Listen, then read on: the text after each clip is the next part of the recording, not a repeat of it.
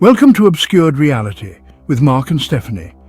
From UFO sightings to the lost city of Atlantis, from alien encounters to the living dead, each episode will leave you questioning reality.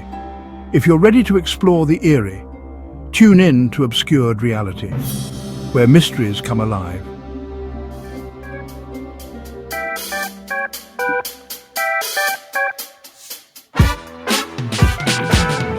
Welcome back to Obscured Reality. We'll bring that volume down there. Oh my God, Mark and Stephanie, we're back with you. We've got a great one tonight. This is one of the favorites. This is one of my favorites. Stephanie, you're going to know it when I say it. You guys, you're probably all going to know it when I say it. The Phoenix Lights. The Phoenix Lights. We've all heard of it. You've heard of it, right, Stephanie? Oof, yes.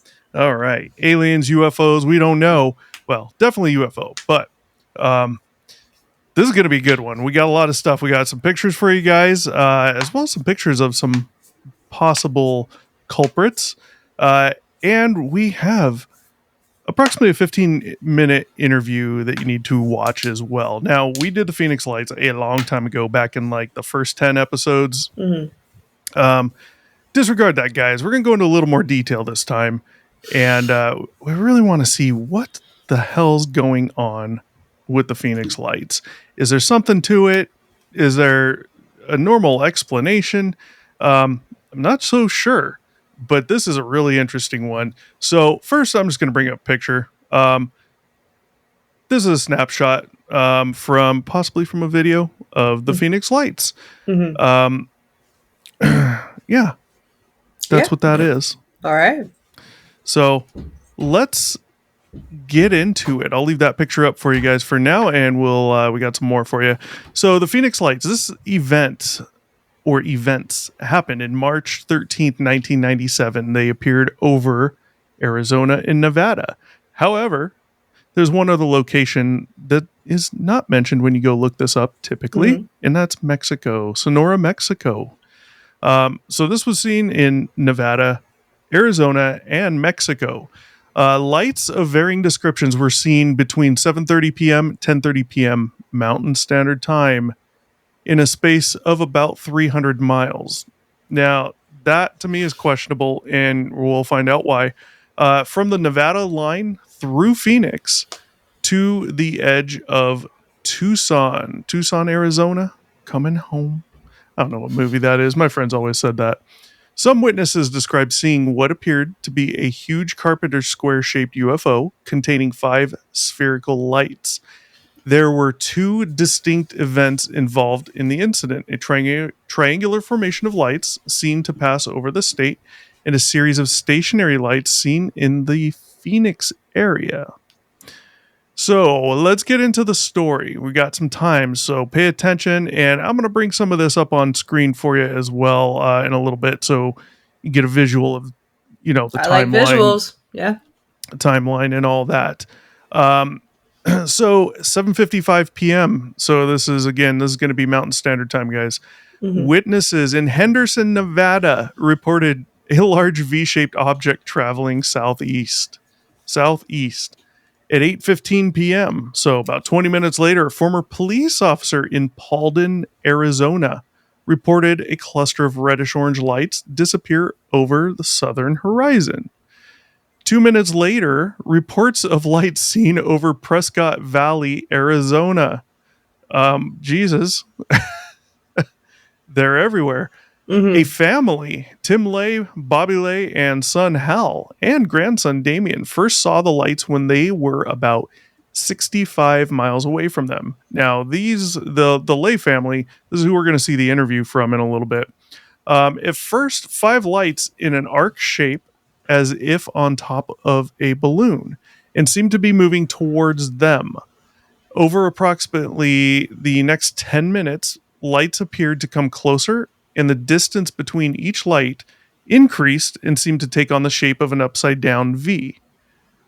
When the lights appeared to be a couple miles away, the family said they could make out a shape that looked like a 60-degree carpenter square with 5 lights set into it, with 1 at the front and 2 on each side.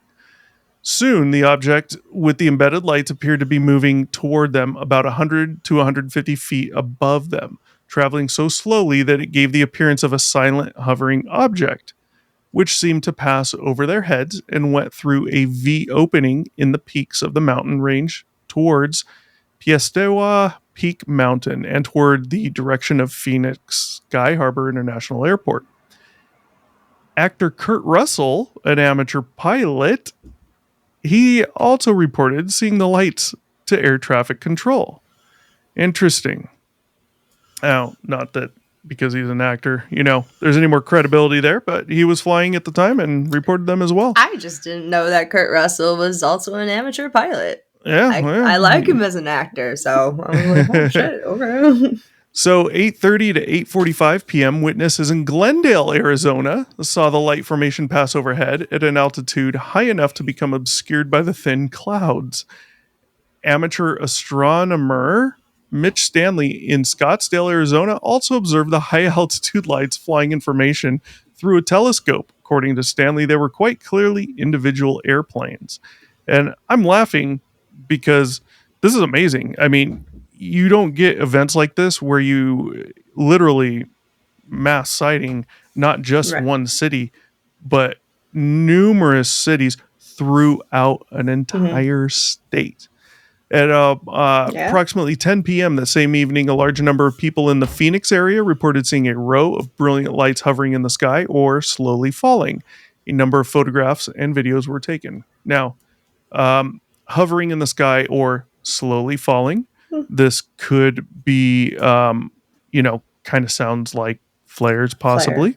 Yeah. And, the military flares, they fall slow. You got like a little parachute type device that opens up, they fall, and then you got heat from the flares that's going up into the parachute. That's going to make it fall even slower. Now, the farther away you are from those flares, the slower they're going to appear to be falling. You could probably be far enough away if you could still visually see them where they may not for a minute or so look like they're even moving, even though they are, Yeah. So, according to author Robert Schaefer, the Phoenix Lights incident consists of two unrelated incidents, although both were the result of activities of the same organization, Operation Snowbird. And that was not a snowbird you just heard. Nope. That was the silencing of whatever's going on outside. So, Operation Snowbird, a pilot training program operated in the winter by the Air National Guard out of Davis-Monthan Air Force Base in Tucson, Arizona. Tucson astronomer and retired Air Force pilot James McGaha said he also investigated the two separate sightings and traced them both to A-10 Thunderbolt II aircraft flying information at high altitude. We'll get there. Okay. The first incident, often perceived as a large flying triangle by witnesses, began at approximately 8 p.m. and was due to 5 A-10 jets from Operation Snowbird following an assigned air traffic corridor and flying under visual flight rules. The FAA rules concerning private and commercial aircraft do not apply to military aircraft. So, the A-10 formation displayed steady formation lights rather than blinking collision lights. Excuse me. You are excused. Man. The formation flew over Phoenix and on to Tucson, landing at Davis-Monthan Air Force Base about 8:45. I'm fine with that. I am fine with that as long as that's actually been proven. Fine. The second incident, described as a row of brilliant lights hovering in the sky or slowly falling, began at approximately 10 p.m. and was due to a flare drop exercise by different A-10 jets from the Maryland Air National Guard, also operating out of Davis-Monthan Air Force Base as part of Operation Snowbird. The U.S. Air Force explained the exercise as utilizing slow-falling, long-burning LUU-2B/B illumination flares dropped by a flight of 4 A-10 aircraft on a training exercise at the Barry M. Goldwater Air Force Range in western Pima County, Arizona. The flares would have been visible in Phoenix and appeared to hover due to rising heat from the burning flares, creating a balloon effect on their parachutes, which slowed the descent. The lights then appeared to wink out as they fell behind the Sierra Estrella mountain range to the southwest of Phoenix.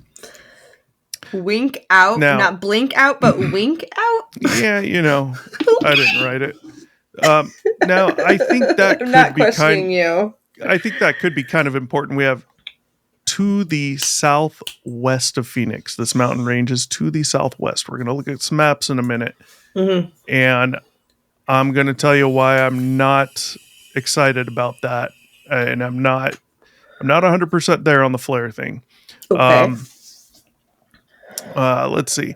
The lights likely appeared to block out background stars because of their brightness, making it harder to see dim objects like stars in the areas they laid out. Yeah, we'll get there. Hey, you got to hear this interview first. Okay. A Maryland A&G pilot, Lieutenant Colonel Ed Jones, responding to a March 2007 media query, confirming that he had flown one of the aircraft in the formation that dropped flares on the night in question. The squadron to which he belonged was at Davis-Monthan Air Force Base on a training exercise at the time and flew training sorties to the Goldwater Air Force Range on the night in question, according to the Maryland A&G. A history of the Maryland A&G published in 2000 asserted that the squadron, the 104th Fighter Squadron, was responsible for the incident. The first reports that members of the Maryland A&G were responsible for the incident were published in the Arizona Republic in July 1997. 4 months later, guys. Later comparisons with known military flare drops were reported on local television stations, showing similarities between the known military flare drops in the Phoenix Lights. An analysis of the luminosity of the LUU-2BB illumination flares, the type which would have been in use by A-10 aircraft at the time, determined that the luminosity of such flares at a range of approximately 50 to 75 miles would fall well within the range of lights viewed from Phoenix. Okay. Yeah. Photos and videos. Let's take a look here. During the Phoenix event, numerous still photographs and videotapes were made showing a series of lights appearing at a regular interval, remaining illuminated for several moments and then going out. The images were later determined to be the result of mountains not visible by night that partially obstructed the view of aircraft flares from certain angles to create the illusion of an arc of lights appearing and disappearing one by one. Now, we've talked about something similar before in illusion, perfect word. When all you're seeing is lights, you're going to describe how you see it. If you just see lights in there, there's no noise, you don't think it's aircraft or anything, right? You're going to describe exactly what you see, but you need to remember, because it's just lights and it's at night, you have no idea how close or how far away those lights are, which in turn says you really don't have a clue of how bright or not that they are, or the altitude. If it's 50 miles away at 2,000 feet, great. But what if it was 100 miles away? To appear at the same height, that'd be, even higher. Probably not double the height, but I can do some quick math to figure that out. So, you got to be careful with that stuff and not just jump to conclusions. So, let's look at some pictures real quick, and I want to go over some things. So here is a map. This is Nevada and Arizona. That is the point of this map to show you. I've outlined them in red so you can very clearly see. We have Las Vegas right down here. Come down southeast. We have Prescott. Paulden is somewhere up here. And then from Prescott, we got going down to Phoenix and then to Tucson and then down to Mexico. Next, here is Arizona. This is with a little bit of Nevada and Mexico as well. So we see Henderson. Henderson is just southeast of Las Vegas, just next to the Arizona border. So this first black line, here is your what could be thought of as a path of travel, but not necessarily. I'm just showing you from Henderson to Prescott to the other cities, right? Henderson to Prescott. There we go. Actually, I got to pull one more thing up. Henderson to Prescott. This is where they said they saw a V shape. Now, Paulden is somewhere in between here. I thought I had it on the map. Maybe we'll see it soon. Maybe not. But to give you some context here, Henderson to Paulden, Arizona, 162 miles. Okay. Paulden, Arizona is where they disappeared over the southern horizon. From Paulden, it's about 22 miles to Prescott. So Paulden's over here somewhere. Mm-hmm. Okay. After Paulden, it was about 2 minutes later, they were seen in Prescott Valley. I don't know exactly where Prescott Valley is. My guess is going to be over here somewhere. Mm-hmm. But if you imagine, forget this black line I drew and just go from Henderson to Phoenix, that would still get you right within viewing of Paulden and Prescott. And then you hit Phoenix in Tucson, right? Mm-hmm. Okay. So yeah, that's kind of what we're looking at now. Again, I drew the line from the city to the next city that they were spotted in.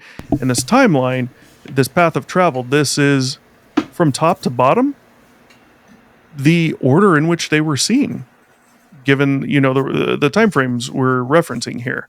Mm-hmm. So that's interesting. First sighting was in Henderson, then in Paulden, then in Prescott Valley, then Phoenix. And then you also have some of the other cities. I did not put them in there.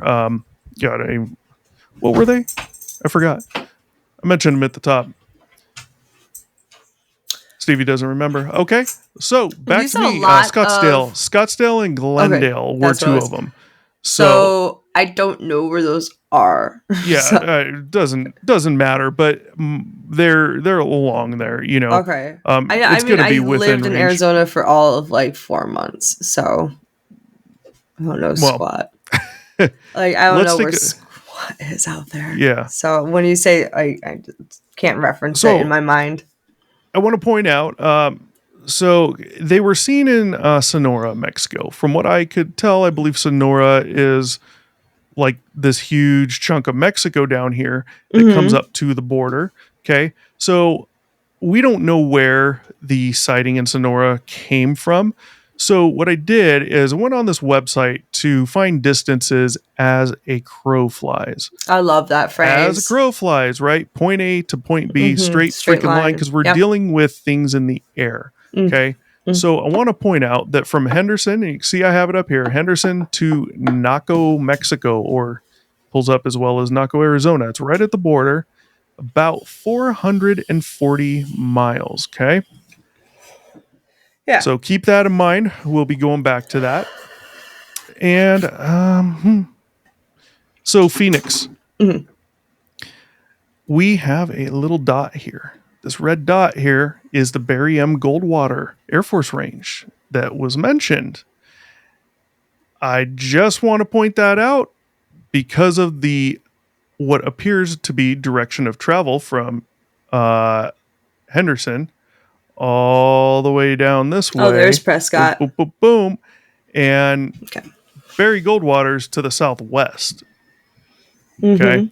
So I think that's kind of important. Next slide. This is Davis-Monthan Air Force Base, which was also mentioned here. So not close, but not too far from Phoenix. So you get it kind of a reference, an idea of where those two things are. Mm-hmm. I am totally fine with A-10s, A-10 Warthogs being the culprit for some of this. I am zero convinced that is the deal for this entire event. Let's look at the timeline. That way you guys can see exactly what's going on here. The event allegedly went from about 7:30 to 10:30 p.m., so 3 hours. Henderson to Naco, we already got that. As a crow flies, 440 miles, okay? Mm-hmm. Just to point out, if you were traveling at 65 miles an hour in the air, right, straight line, it would take you almost 7 hours as a crow flies to get to Naco, Arizona from Henderson. Okay. At 147 miles an hour is where you get your 3 hours. So I mentioned that because this whole thing lasted in a 3-hour time range. Mm-hmm. To do that trip in 3 hours, you'd be having to be traveling at about 150 miles per hour. Okay. Which is very easy for an airplane. Yeah, and for those airplanes, that's probably slow. Yes. Right? Yes, very slow. So, wind speed. Now, I did some digging, and I found this information on some historic weather data. I cannot speak to the accuracy, but this is what I found. Wind speed was approximately between 6 miles an hour down to 0, and that was between 7 p.m. to 9 p.m. So from 7, it was around 6-ish. As it got later, it went down to 0. The wind direction at between 7 to 10 p.m. Was blowing to the west. And literally, I looked it up. It literally showed almost due west. It was a little like west north, kind of northwest. However, I do want to say that wind speed and direction we got was not that high above the ground. Okay, so that's important. Visibility was listed as 10 miles, and it was overcast at about 25,000 feet. 25,000 feet. That's kind of high. I mean, it's still below cruising altitude for commercial airliners that are going long distances. But that's about 5 miles ish, a little more. I just do a rough calculation on that. But that's what was listed. I can't speak to the accuracy of this. It was from a legit site. However, we need other layers of weather as well. I want to know what was the weather, especially mainly the wind at 10,000 feet. What about 20,000? What about 30,000? And we'll go into why in a minute. We'll go into that slide in a moment. So this whole event is interesting to me. If you go back to the maps and we look at, literally this straight line is what's going to get us through all of these cities that were mentioned.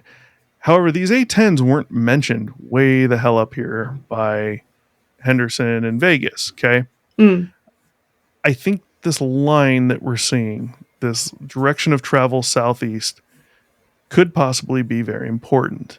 I do not believe these warthogs flying or their flares account for this entire event.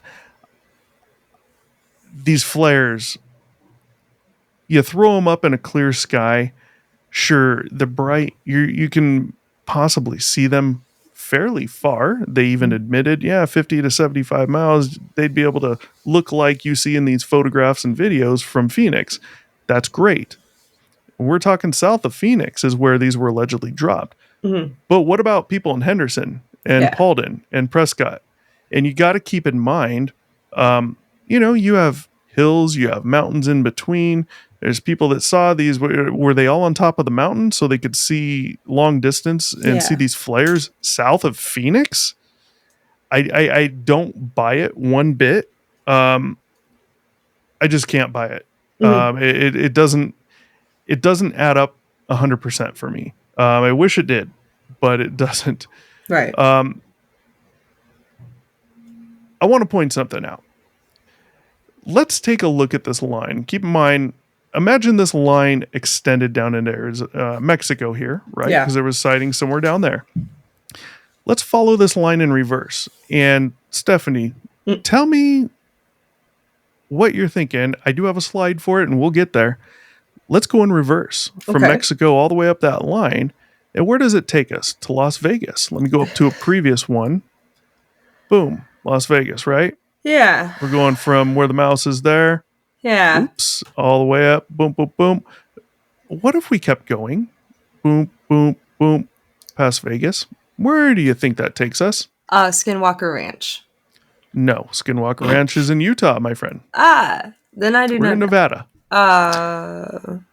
Well, I'll show you. The Nellis Air Force Testing Range, guys, just north of Vegas. This is home to Area 51 right here. This is home to the alleged S4 where Bob Lazar allegedly worked on Gotcha. alien craft. Tonopah Test Range. It's all here, guys. This whole thing, here's Vegas, southeast.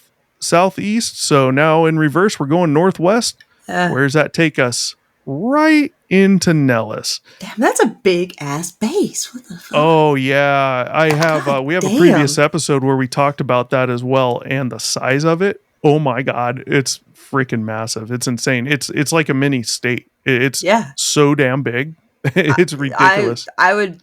God damn, I want to compare that landmass to the size of Rhode Island. Like honestly. Yeah. So. Am I making any claims here? No. But what I am saying is common sense, okay? Let's use some common sense here. I don't believe this entire event is explained by A-10 warthogs and flares. I think some of it maybe was. However, when we're looking at the distances that we're looking at, let's go back to this map. You have Phoenix right here. And these flares drop somewhere down here, right? Yeah. We know the Davis-Monthan Air Force Base is down here in Tucson. Or, I'm sorry. Yeah, I think it was Tucson. And then Barium Goldwater Range is over here. Let's just say they're dropping flares somewhere in between the red dot and Tucson. Okay. How do you account for people in Henderson seeing this? People that's on the like ground. 150 miles away. Right. No. It's probably more than that. I could be wrong. The distance, I thought, between Phoenix and Henderson. Oh, yeah. Let me look. No. Didn't you do the math for it? Henderson to Paulden is 162 miles. Paulden is up here before you even get to Prescott. Okay. Yeah. So here's Prescott. Paulden's up here somewhere. Paulden is about 22 miles from Prescott. Understood. So Henderson, right around here somewhere. Miles per hour. I'm sorry. Yeah. It's numbers and there's been a lot. I mean, that's good because we're on this page. Let's take a look. Henderson, somewhere around here to Paulden. Yeah. 162 miles. Paulden, somewhere around here. So you kind of get a distance there. Yeah. Yeah. So you're telling me approximately 300-ish miles away, people in Henderson are seeing the flares here? You'd be lucky to see that in Phoenix, honestly. Yeah. Or are you saying that the A-10s were flying all the way up by Vegas as well? Now, I will tell you, I've been to Vegas before, hanging out in the pool a long time ago, and we'd see military aircraft, helicopters flying by real low. There's some ground there, use it over there. Possible A-10s could be going up there. The problem is they're detailed in saying, oh yes, we had A-10s up. They're responsible probably for this sighting. And then the flares they dropped at a different time were probably responsible for the sighting over here, blah, blah, blah. But yet they don't mention Paulden, Prescott, Scottsdale. Scottsdale. Yeah, Glendale. That's what I was thinking of. They don't mention Henderson. Nothing. So that's interesting. And how high are they dropping the flares? That's the other thing we need to know as well. But I am not convinced one bit that A-10s or mainly the flares are responsible for this or for most of this. Why? Because the sightings started in Henderson. I just can't believe that if the flares were dropped down here. Could the A-10s be responsible? Possibly. Now, here's the thing. If you ever been to Arizona, other than a major city like Phoenix, or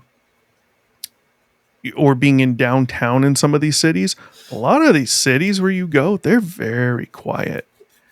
I've been to Flagstaff and Sedona. Now, Sedona doesn't really count to me because it's too small. But it's quiet as heck in Sedona. Flagstaff, that's a major city up here. Guess what? You walk outside at night, dead quiet. it's so nice, you know? Yeah. Now, you're telling me A-10s were flying over at high altitude. Well, I want to know, what was that high altitude? Because in my home, we live directly under a commercial airline flight path. Okay. Yep. And we will get them taking off from an airport that's about 20 miles away, and they're already fairly high. Mm-hmm. We get them coming over from Hawaii, going to other states. So they are at cruising altitude. And you can still hear them.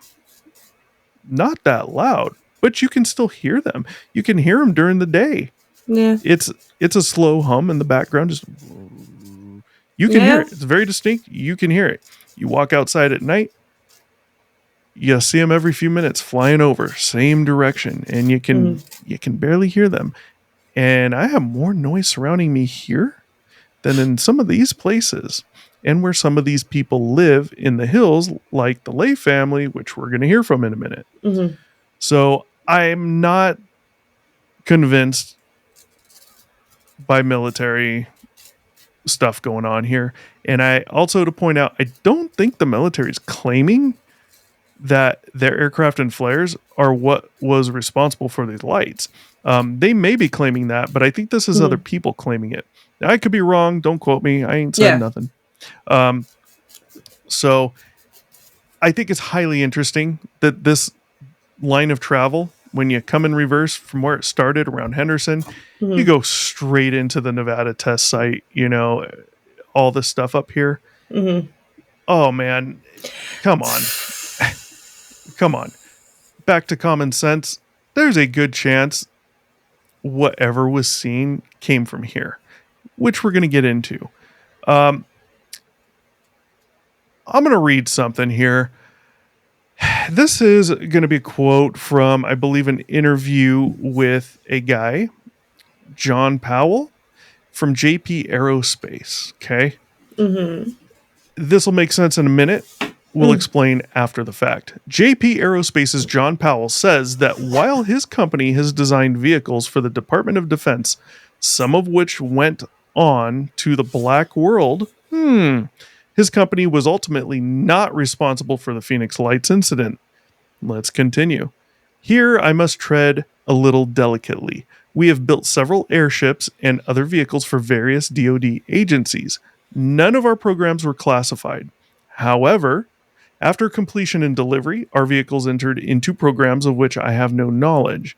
We were testing vehicles at the time of the Phoenix Lights incident. However, I can absolutely say that JPA was not, nor was our equipment involved. Okay, this is good. There have been times where our vehicles have been sighted and confused for UFOs or other mysterious things. I've also seen images of great V-shaped objects in the sky that I can say for sure were not mine. But I could note, perhaps, the tech of a competitor. This is all speculation. What the hell's he talking about? Any clue? I mean, it sounds like... He's talking about V-shaped craft. They've clearly built V-shaped craft. Right. Right. But we also have a V-shaped stealth fighter currently, so that... No, we don't. That's more of a triangle. We're talking a V, like a carpenter's square. Nothing in the middle. Like this. I got Nothing you. in the middle. I got Nothing. you. How do you explain that? That's what they're talking about when they say V. Otherwise, they'd be saying triangle. Got you. Yeah. A little bit more interesting, huh? I'd say so. Like a flying V guitar. Got you. Okay. Let's take a look at what JP Aerospace does. Yeah. This is the Ascender 26. Yeah. Uh-huh. Now, keep in mind, let's go back real quick. He said none of their stuff is classified. However, once they're done and they ship it off to DOD or wherever it's going, they don't know what happens from there, of course, because at that point, whatever uses or tweaks they make is obviously all classified. Stop showing me that. Yeah, but this is what they do. Yeah. Let's look at some more pictures. Inside of a hangar, look at the difference. It looks in the sky, you can't tell how big or small that is. It don't When look you get big in at the all. hangar, Yeah. well, when you get in the hangar, this thing looks massive. more massive than it did in the other photos. Yeah, it did. But yeah, it's it does. Really because not. at first it just reminds me of a piece of a bounce house. Yeah, it's really not that big, though, honestly. Ascenders climb near vertical until they reach peak altitude. Yeah, look at that, man. Interesting. Here's the inside of one. I wouldn't want to be Hollow. inside, but whatever. With support beams. That makes sense. Of course. Yeah. Yeah. So, these things are only, if I recall correctly, they're 100, 150 feet in length. I mean, they're not, that is massive, right? But when we're talking about the Phoenix Lights and the descriptions of, especially from the Lay family, which we're going to see in the video, in the interview, man, we're talking like hundreds and hundreds and hundreds of these put together to create one massive object. And we're talking a mile wide. Okay. And we're going to go on into the interview here. And I want you to focus. I want everyone here to focus and listen to what the guy is saying. Okay. Remember, we heard earlier on, they had said, oh, yeah, the flares could totally block out the stars because the light emanating from them, even for a certain radius, totally block out the stars. I totally get that. I totally agree. I'm not going to question that. I am going to question that is what happened here. And you're going to see why. Now, if you have a different opinion, no problem with that. Let me know if you have a different opinion. Tell us in the comments. Definitely let us know. Yeah, you too, Stephanie. I want to know what you take from this. Now, we should have audio with this, pending any issues. We will be stopping it here and there. There's things we're going to have to comment on. Yeah. It's about 14 minutes long. Okay, we got to talk about this. Let's see what we got here. Stephanie, once I start playing, give me a thumbs up if you got audio on it. This is from 13th, 1997. People across Arizona, especially in the valley, reported seeing a silent, miles-long V-shaped group of lights gliding quietly. Silent, miles-long V-shape. Okay. Overhead. Was it a military mission, a prank perhaps, or visitors from outer space? The questions and confusion over the sighting have only grown during the prevailing years. Now, of course, we're much more open to it recently as being real, and the Phoenix Lights is one of the premier sightings. So, hang on one sec. I think I know what the audio. Can you hear that, Stephanie? It sounds terrible. It sounds like the woman is. Yeah. Okay. But it also sounds like it's probably their issue for it being terrible. Let's hear now. That they're looking at as being authentic. Much better. Thousands of people saw these massive craft or objects hover right over them, glide right over them, rooftop level. Some people said they could have thrown a stone at it. It was that close. Very important. If that's true, I don't think they were low enough to throw a stone, but might have appeared that way.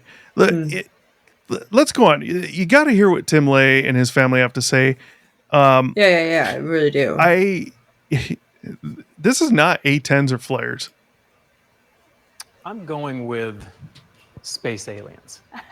I just wonder why they haven't come back. They must not have liked what they didn't saw. like what they saw. Yeah, they're not doing it any justice. All right, Harkins, Theater in Scottsdale hosted a community forum on the Phoenix Lights today. It aired a documentary on this exact sighting. So this is the Tim Lay family. This is my wife, Bobby, and my son, Hal. Back in March 13th of 1997, we were witnesses to seeing a UFO, an actual craft, fly directly over a house. Just to give you a little background as to how we got to see it, Hal and I had been coming back. remember what he said, directly over their house. Mhm. Okay. They're not dropping these military flares over homes. Right. These things are more than flammable. Okay. They're not going to drop them over a major city, and they didn't say that they did, but they're going to drop them in areas where they can drop them. They're not going to drop them where they're going to start a forest fire, hopefully, or over homes. I don't believe this guy's claiming flare. Well, he's not claiming any of that, but I don't think flares are the cause of this. If anything, maybe the A10s, the A10 Warthogs could be. Let's continue. Back from visiting some friends, and normally we try to eat dinner by 8 o'clock. We were running a little late, pulled into the driveway, which we were heading west. Hal was sitting in the front, and as I came around to the side of the door, he looked out the side window, and he saw up in the direction of Prescott 5 distinct lights that it actually looked like they were on top of a balloon. As we were looking at them, I said, well, what is that? Is that a balloon with lights on it? Why would they have lights on a balloon like that? And, you know, the lights were so clear and distinct, and they were very close together. But as we watched them... Now, this visual you're seeing right here, this visual is very important to keep in mind, because this is what all the claims that this thing looked like are, a V, okay? Now, this picture doesn't do justice what he's about to say, because we're talking about a mile or more in width from tip to tip, left to right there. Okay. But I want you to listen to his description of this thing and what he saw as it went directly overhead, as well as his description on the lights here. All this stuff is very important. And we could see that whatever this was coming towards us, because the lights, the distance between the lights started getting greater and greater. At that point, he ran in the house and got my wife, Bobby, to come out and take a look and see what was going on. So when Bobby came out, we're standing there watching. My grandson, who's older than Hal, he was also there. And we watched these lights. I'd say the time it took from when we first spotted them until this thing actually went over a house was about 10 or 12 minutes. And this thing... 10 to 12 minutes from the time they saw it till it went over their house.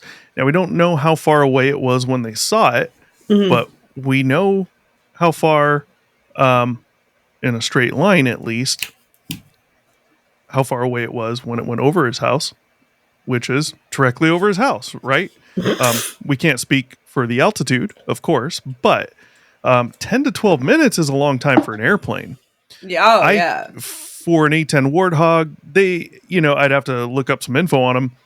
My guess is they could possibly fly fairly slow depending on their payload.